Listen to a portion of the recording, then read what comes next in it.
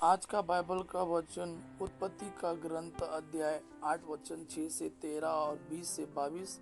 और आज का सुसमाचार सन मरकुस के अनुसार अध्याय 8 वचन 22 से 26। उत्पत्ति का ग्रंथ अध्याय 8 वचन 6 से 13 और 20 से 22। 40 दिन बाद नूह ने उस खिड़की को खोला जिसे उसने पोत में बनाया था और एक कौवा छोड़ दिया।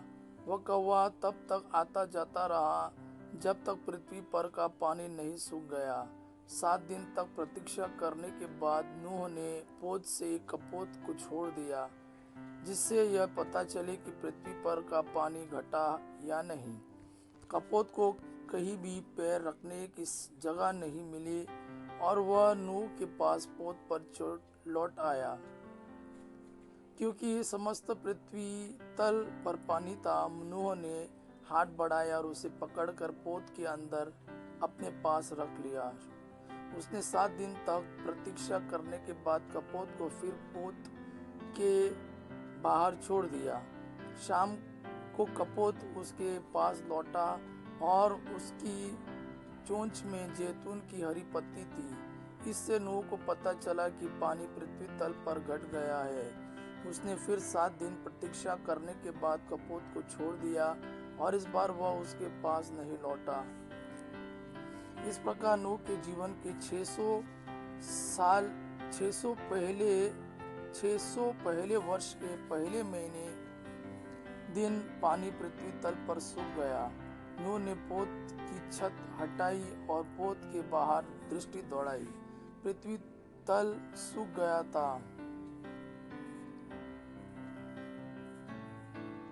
नूह ने प्रभु के लिए एक वेदी बनाई और हर प्रकार के शुद्ध पशुओं और पक्षियों में से कुछ को चुनकर वेदी पर उनका होम चढ़ाया।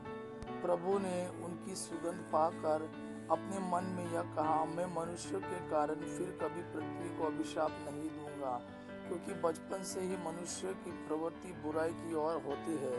मैं फिर कभी सब प्राणियों का विनाश नहीं करूंगा जैसा कि मैंने अभी किया है। जब तक पृथ्वी बनी रही तब तक बोई और फसल, जाड़ा और गर्मी, ग्रीष्म और हेमंत, दिन और रात, इन सब का अंत नहीं होगा। आज का सुसमाचार सन मरकुस के अनुसार अध्याय 8 वचन 22 से 26। वे बेतसैदा पहुंचे। लोग एक अंधे को इस ईसा के पास ले आए और उनसे यह प्रार्थना की कि आप उस पर हाथ रख दीजिए। वे अंधे का हाथ पकड़कर उसे गांव के बाहर ले गए। वहां उन्होंने उसकी आंखों पर अपना थूक लगाकर और उस पर हाथ रखकर उससे पूछा, क्या तुम्हें कुछ दिखाई दे रहा है? अंधा कुछ कुछ देखने लगा था, इसलिए उसने उत्तर दिया, मैं लोगों को देखता हूँ, वे पेड़ों जैसे लगते हैं लेकिन चलते हैं।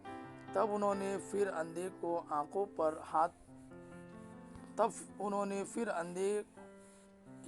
पर हाथ रख दिए और वह अच्छी तरह देखने लगा। वह चंगा हो गया और दूर तक सब कुछ साफ साफ देख सकता था। ईसा ने यह कहते हुए उसे घर भेजा, इस गांव में पैर मत रखना।